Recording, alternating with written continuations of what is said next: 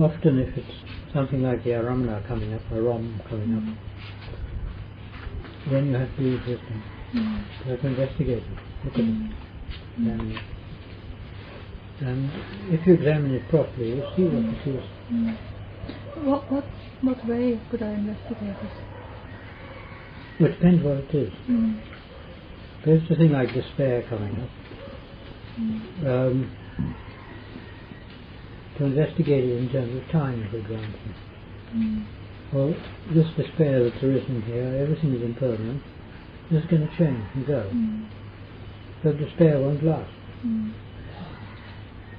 That's one way to see it. You can investigate it in terms of what is despair. If one has a state of despair, one has to be able to say, what is the state? One knows it. Anything one knows, one must be able to define. So one must define it. And say, is it feeling? Is it thought? Is it memory? What is it? And if it's any of those, you want to know exactly what type of feeling it is, or what type of thought, or what type of memory. And you see the way it works, and you see what's happening. You see what keeps you in this state. Feeling obviously is going to be very important, because dukkha is that. So that you must define precisely, see what it is, see what the feelings are, deal with them.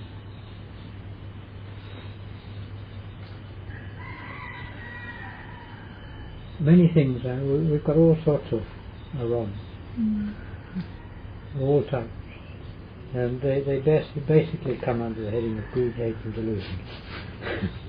That's the basic thing. And any of them can arise up. They're all from the kilesas,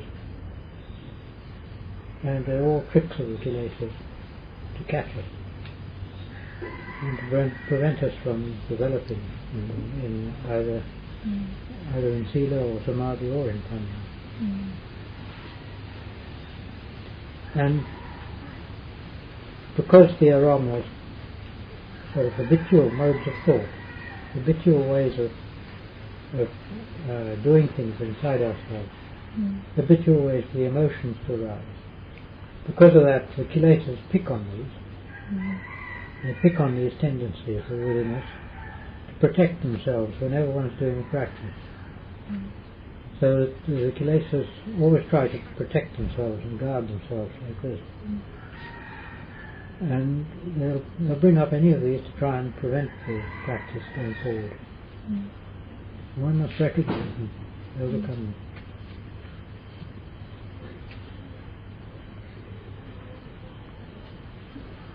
These are the general ways of going forward in the practice. But people have different aromas, and some people it's almost a bodily thing. So they get get pains in the back here, and then they can't stop thinking about that. And this sort of thing can be quite a hindrance for people.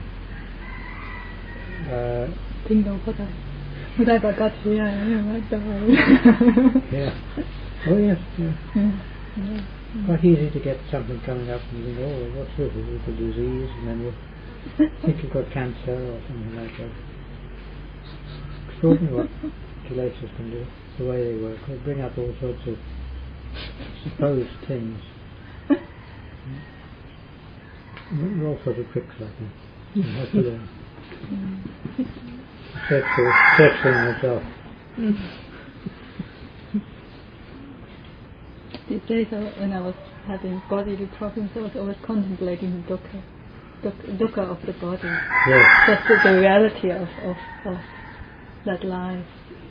Yes, the odd thing with dukkha really is that we know it perfectly well. But when you come to look at it, you can't find anything there. It's something that we can't even define what it is. Trouble is it's feeling. And feeling is something which you can't, if you try to tell somebody else what feeling you've got, there just is no way of telling a person at all.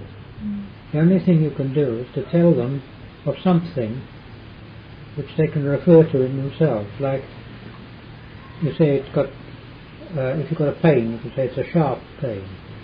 What does a sharp pain mean? Well, it means it's like a pain when you feel something sharp.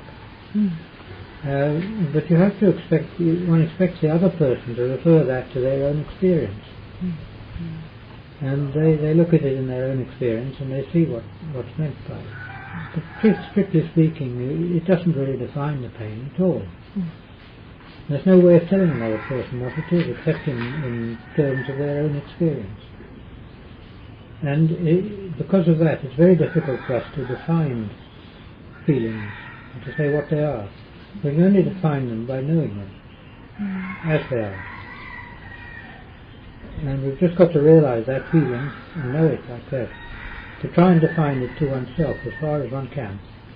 For oneself, should one try to put a word on it? Or not? Doesn't matter. No. If you like to, but there's no need to. I mean, if it's a distinct pain, like muscular pain, then you often can define it quite clearly. It's quite clear, but I mean, if it's like when you've got a thick head and a cold, it's not very easy.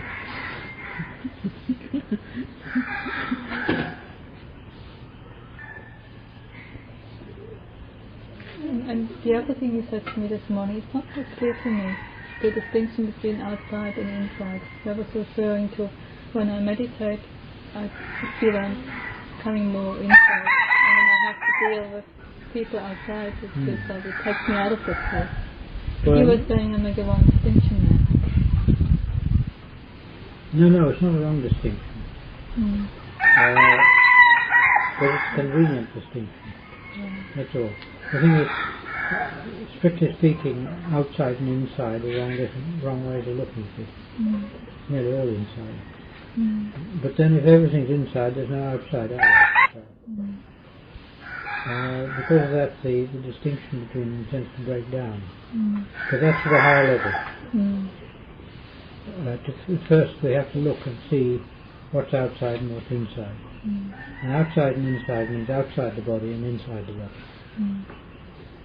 And that's where one has to consider it to begin with.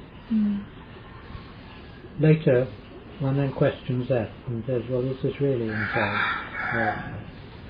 And the way of Dhamma is to go steadily more and more inward, more and more inward. And in terms of working with that?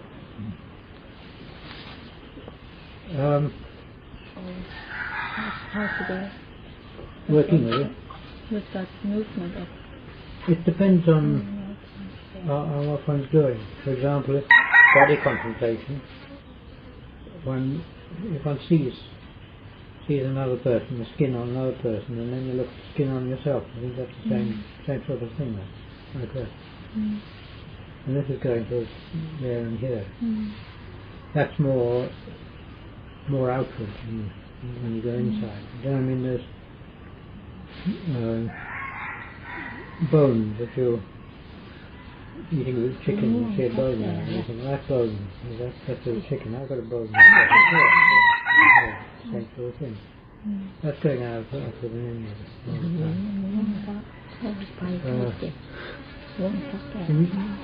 This is the way of examining out and inward like that. And generally, if you're doing a meditation practice on something like samadhi, you see outward, you see inward, looking inward. And the looking inward can be either done from what one thinks of as the level of the eyes inwardly, or actually going to a place inward and be looking from that place inside. Either way it can go. Just depends on the person. I mean, if you tell a person, go to the heart and look at it,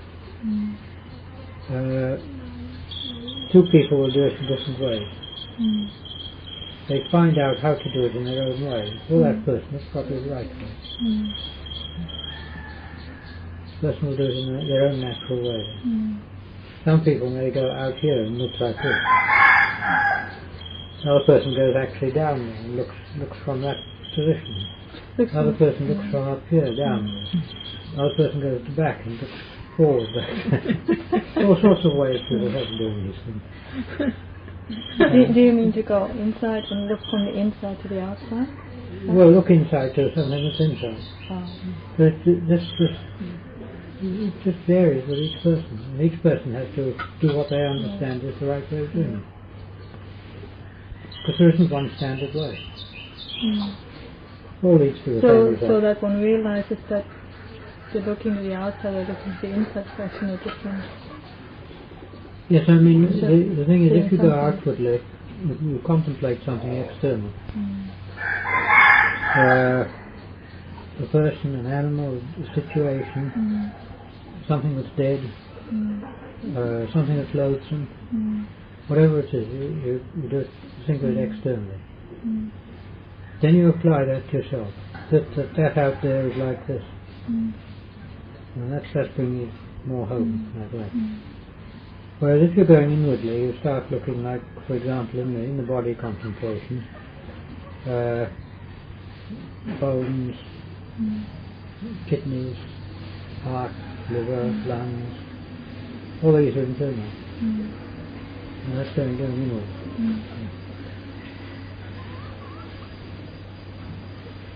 So in order, when one deals with people and doesn't want to break the meditation, or the kind of interaction and... The thing that we do there is to be mindful. Mindfulness is the thing that helps there. Because if one's mindful, one doesn't forget oneself. And not forgetting oneself means that one talks to the person from oneself there. From one's own position. One doesn't forget oneself and go out. It's not like if you think of a person way over in England, somewhere like that, when you forget your own position here, you think of them so much taken in one's attention, as though it's gone there. And that's wrong, because there's no mindfulness there. The mindfulness is, if you think, you don't forget yourself where you are here. Like you can think about it, but you know perfectly well that you're thinking about it here, from here. Mindfulness is so important. Generally, if one has developed mindfulness, the problems that come up in practice will sort themselves out. You can deal with them. The thing that's lacking usually is mindfulness. It's so important, because the mindfulness keeps you here. So if you know this much better than anything else. Truly speaking, we don't know other people, we only know ourselves. Now what we know of other people is usually in reference to ourselves. In other words, we know how we do things, and we assume that the other person does things in the same way. That's the truth. But as to ourselves, yes, we can know that. We can know it by being mindful.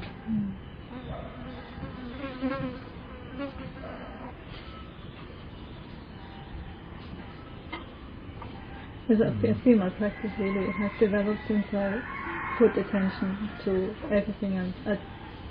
I come back to what I'm doing, rather than to the breath, because I was too subtle.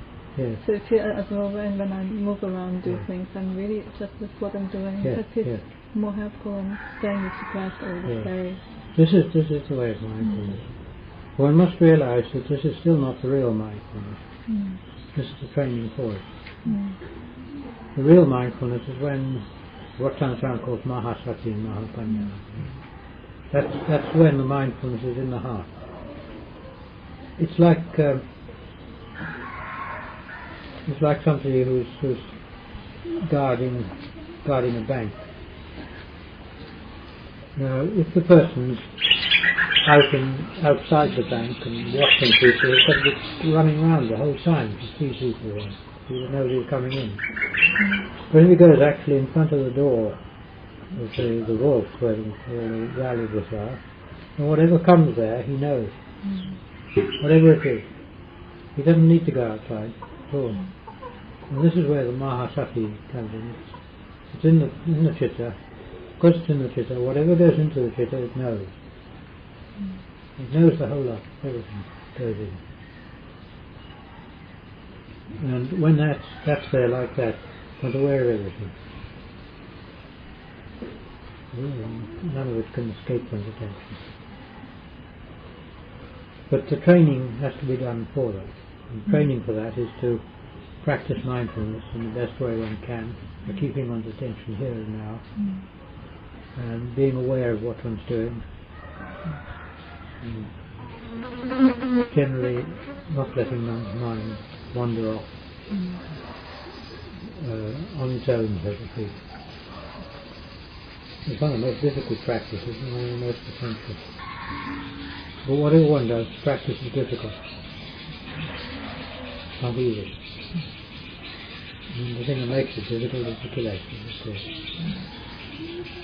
If it wasn't for them, it would be easy. No problem. Kilesas make it difficult. Because of that, we must get to know them. Because they're the enemy. And we search them out and see them. Learn what they are, as much as one can. Because each people, everybody has the same, more or less the same kilesas. So they come up in different ways. And each person is individual, right? Each person must learn their own kilesas.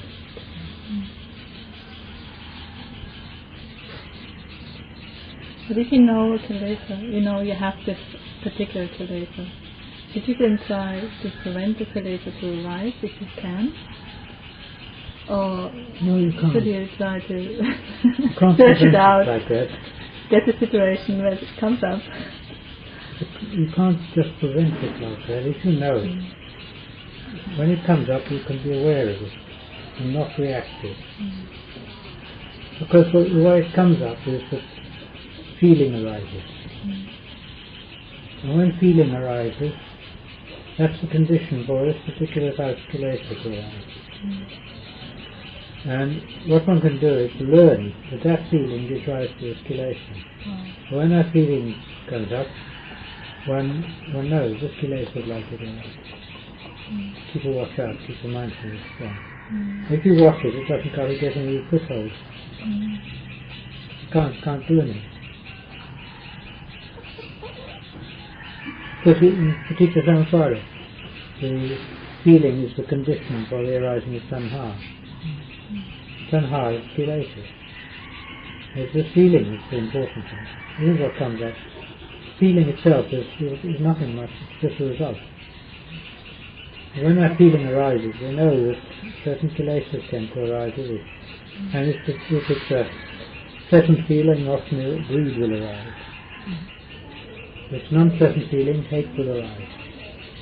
In some way. In either case, we learn what feelings give rise to what kilesas. We see them, and then we can learn to deal with them.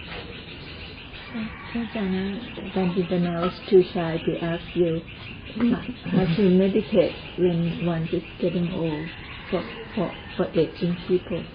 Yeah, I have to ask myself that question too. The best thing is, if one's got some control of samadhi, even just a little, do the samadhi.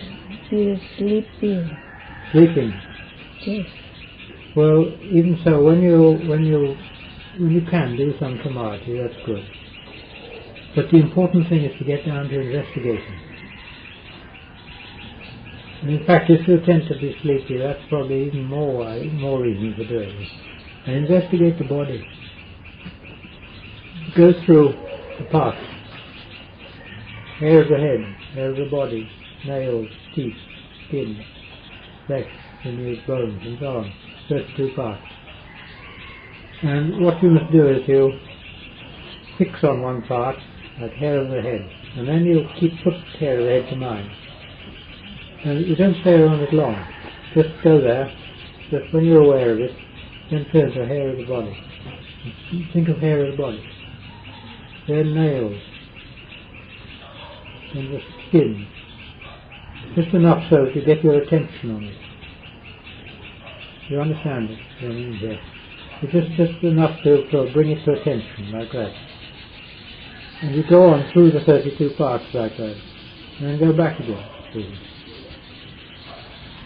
And if one of the parts sort of grabs your attention and you suddenly feel, this becomes interesting, stay on that.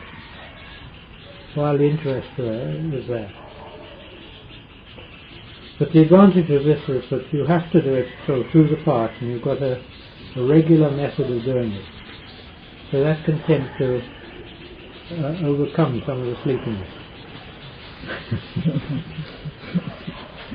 You know the 32 parts? Yeah? Yes. There's plenty of books sitting in anyway. But pick on one part like that, and bring that to attention clearly. Then the next part, in the same way. The next part, same way. Bring it to attention. This will prevent the sleepiness getting hold.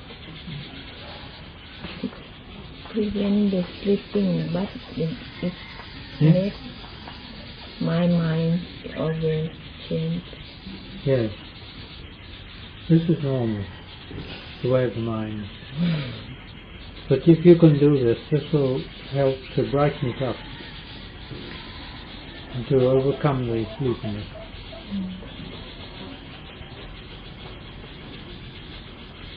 Also, if you can, do some activity. Walking is good, rather than sitting.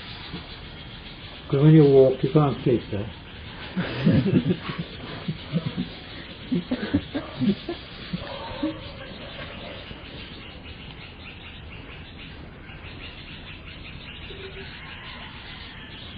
Like some bhikkhus have sat on the edge of a cliff because of sleepiness. And they know they've got to pay attention.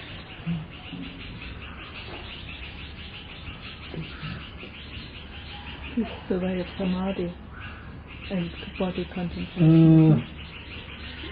Well, it's really what you can call skillful method. It's just the method that one works out of overcoming these problems. It's the rule of the thumb method.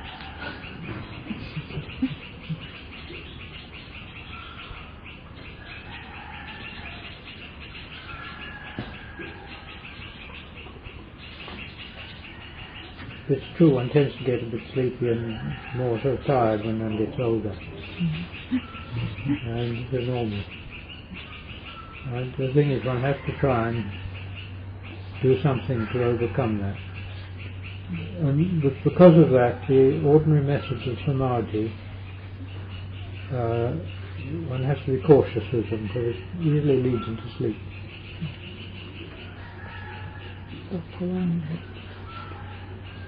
Sometimes just sleep. Phawang luang. Phawang luang. That's what they say. That's the word. Because of mindfulness is not sharp enough. That's why it's rolled up. Yes, it's because of lack of mindfulness, certainly, that's true. What's happening is there's nothing controlling it, is there? It's just drifting. And the control that the young person has of it is not there any longer. It's not so much so strong. Because of that, it tends to drift, and it picks up just things from the past, things here, things there. And you get thoughts coming up, not necessarily especially good or especially bad, but they're rather weak thoughts. And this is a way of drifting into sleep.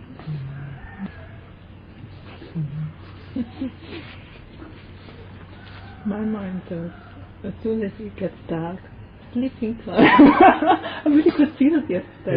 Yeah, it got dark and I came aside, kind of, sleeping time, right? Yeah, people are full of habits. And habits are not easy to overcome. I mean, if you build up a particular habit, it's difficult to overcome. If one builds up the habit of going to sleep when it gets dark, that will tend to happen. If one builds up to the habit of going to sleep when it's midnight, that will tend to happen. You can't go to sleep before midnight. That's the way it works. We've got all sorts of habits, but knowing that, one can also use habits to help in the practice.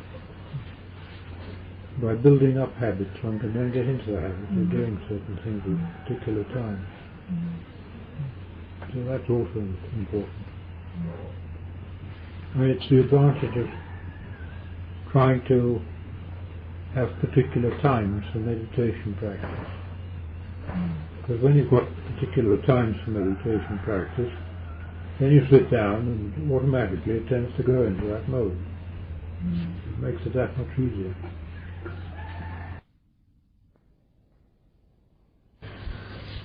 The people came to listen to his talk, and he closed his eyes and he said, and he was talking away at Dhamma, and he goes on for ages and ages talking like that, and bit by bit people went away. That's Luang Pu On, huh? I was Luang Pu On. Luang Pu On. Luang Pu Louis has some childish character. Oh yes. He acts like a child. Yeah. So Luang Pu On, he used to talk with his eyes closed, and it went on and on and on and on. He went on till about past midnight, I think. When he opened his eyes, there was nobody there. And all of a sudden, there was a dog. I said, oh, the dog's the only one who's listened to the Dhamma.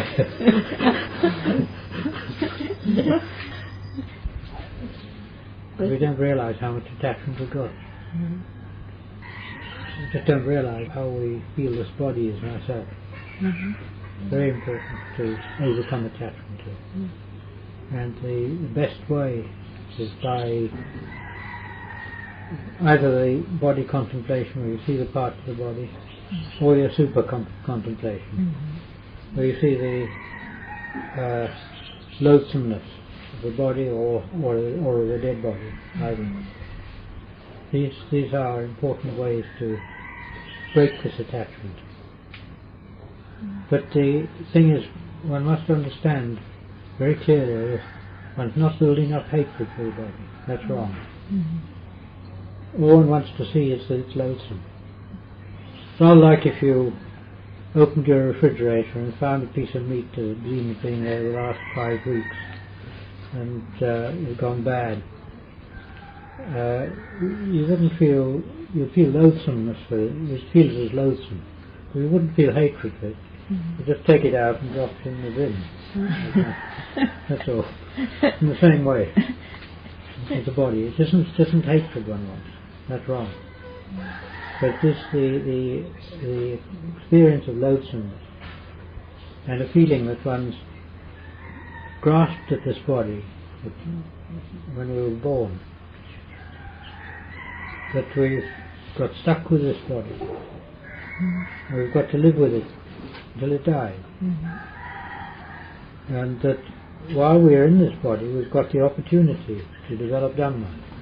Give us the opportunity. Because of that, it's quite a valuable thing, and we must use it in the right way to overcome the kilesas that we have. This is the purpose. It's not to hate the body or to get rid of it or anything of that sort. That would be quite wrong. But on the contrary, if I feel I have funny feeling about this kind of thing, is it later too? I always wonder, because like when I sit like this, I like to hear Tan Ting Tong, this kind of Ajahn, they will have some joking, but in the same time to lose some attachment.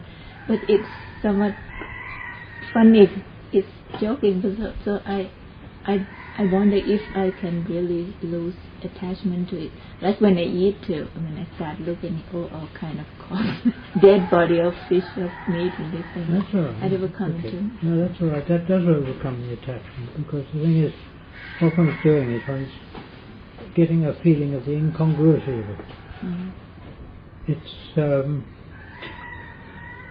It's like you see something that doesn't fit together. It's sort of, and it makes one feel it's peculiar the whole way. And it's the same with the body. The incongruity of the loathsomeness of the body and the normal way we think about it. Two don't fit. They're opposite to each other. Because our attachment to the body is one thing. So when we're attached to the body, we think of it as being beautiful, wonderful, and, everything which everybody wants. Okay. And then we see it as what it is, and we say, it doesn't fit, it seems incongruous. It can sometimes make one laugh or cry, I don't know. Depends. So this isn't anything wrong with it. Some talk about walking about with a living corpse. Like that. I guess they sometimes get that experience. Oh, I know that. Quite strongly. That's what I find so hard when I think about it, because I know that experience. Yes. Feeling, about my body being actually quite like a The corpse. difficulty there is if one can get like that, the tendency is to try and block that feeling. Kilesas want to block it. And one gets afraid of it. So what one's got to do is face up to it sometimes. I don't feel strong enough to just face up to it. Accept it, that's the truth. I mean, you think breathing. You haven't stopped breathing since you were born. One's going to go on until one dies. The burden of that. Just like all the time, breath going in and out, in and out, in and out. Feel the curve. And I mean, this body just relies on that completely. And thinks about breathing and sees its importance in the way how it goes on and on and on like that. It keeps its body going. That stops, the body stops. It's important with the way of mindfulness too, that when one talks, or when one does things quickly, there's a tendency for one's intention or one's purpose to go way ahead. And you have to run to catch up with it. Really what's happening is the mind's not keeping in the present at all. It's going into the future all the time. Or it's going into prediction of the future. And the person's trying to catch themselves up. I found at times when talking that I go on talking about a certain subject and then get a slight diversion of theme. I get so caught up in that I forget what I was talking about before. Just got concentrated on this diversion. And I find that happens. It wasn't when I was younger, it was like this, but now it tends to do that. I noticed Tanshan the same, he does it. Maybe a question of old age. Yes. I find in cooking too. I mean, Kamathan cooking is better, and then you do it alone, so that you can do it step by step, and you have to. But if you with a lot of people helping or asking and throwing and chit chatting, it's just a mess. Yes. I can imagine. Just like a typical household cooking. Saying of too many cooks.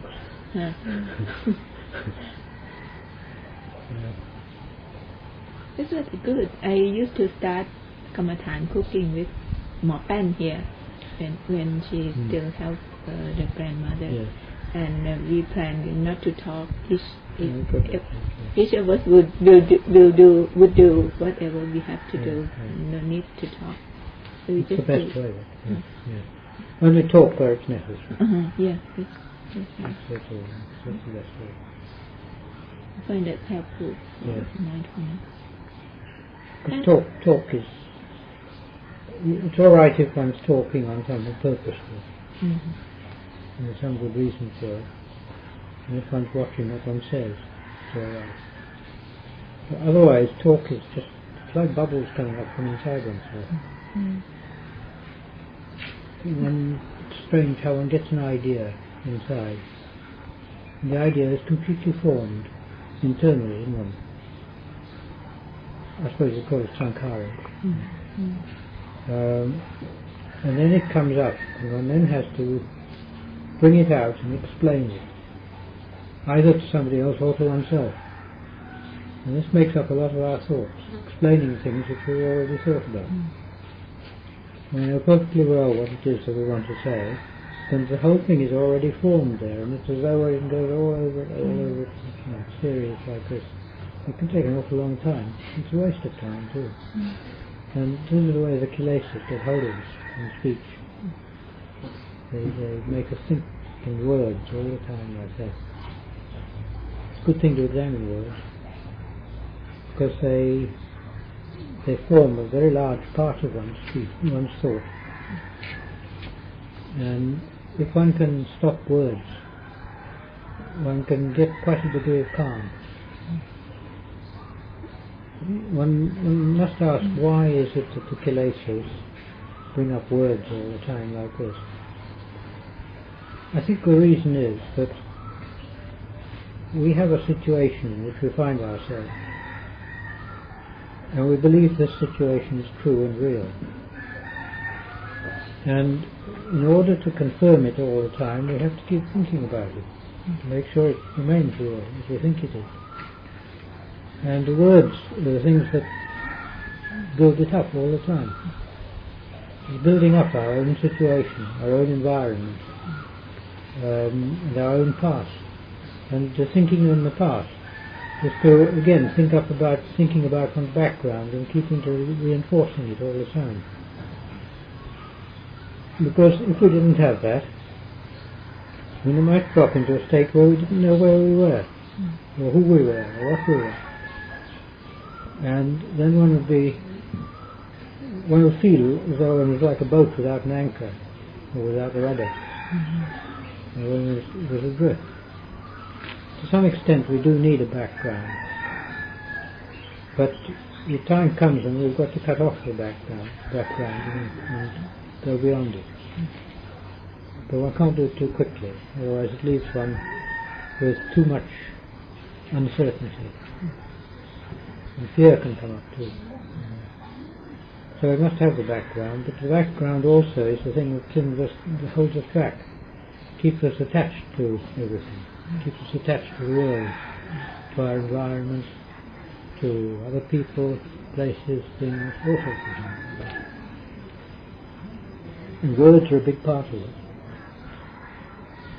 In order to develop samadhi, the learning to control words is quite a useful thing. Control speech. And it's the speech inside, the dialogue inside that's going on all the time. It's very important. This is something which, if that's going on, samadhi is much more difficult. Because it's pulling it away all the time, it's pulling it back to the world all the time. What is then the difference between thought and words? Thought doesn't have to have words. Thought can be in visual forms, quite easily. In visual? Thought can be in pure symbols without any words attached. Just knowing. But we have to formulate it. We have to put it into a form with which we're familiar. It's noticeable how if one gains some understanding on something, some new understanding, one then thinks about it in words. And this is to reinforce that understanding. To reinforce it, to put it into perspective so that we can return to it and refer to it again. And when it's something that's good and necessary, it's the right thing to do. It's correct. You should. But also that happens with bad things. And we reinforce those. And then we go back to them time after time. And that has exactly the opposite effect. It goes all wrong. So we have to learn to control these thoughts, control these words. It's not so much a matter of stopping them altogether. I don't think one could do that for a very long time anyway. But it's a matter of getting them under control. And the best way of getting them under control is just to stop them completely. And to stop them completely, you can do it by putting your attention on the heart or on the solar plexus. Either will do. And if you keep your attention there, the words will stop them. But if your attention's up in the head, they'll go on buzzing all the time.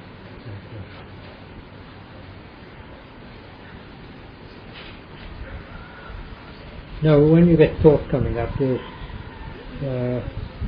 you can have thoughts coming up which are nonsense, and they don't disturb you. It's just nonsensical words coming up one after another without any meaning. What do you say? What do you call it? Weak thought? Yeah, it's just sort of thoughts bubbling up like bubbles in water, boiling, like bubbles in Pepsi. Regarding the reduction of speaking, I find it quite difficult, even here, because it feels often the other person doesn't understand. Here with the women, I think a lot of the women. And they think, you don't talk to them, so you're really impolite. Something like this. And just to go to someone and say, very quickly, just give a message. I often find it hard to get away again, because they start chatting then. Yeah. It's quite hard then to break off and, and going back.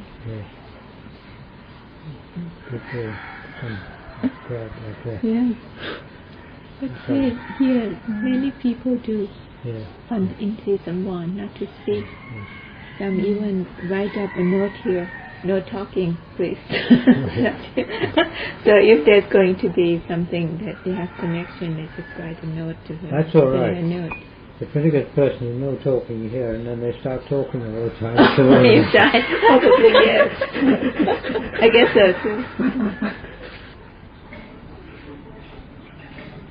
Generally, if one wants to talk to other people a lot, it should be signal to oneself that there's a dissatisfaction in oneself, discontent. Because the wanting to talk is the wanting to relate. And really what it is the wanting something to feel oneself against. It's the idea that if I can feel myself, I know where I am and who I am.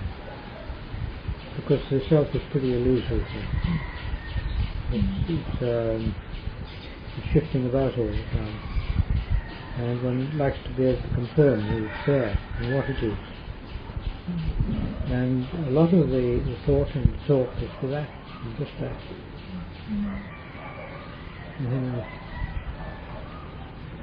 The fiction of a self, or this imposter which we call a self,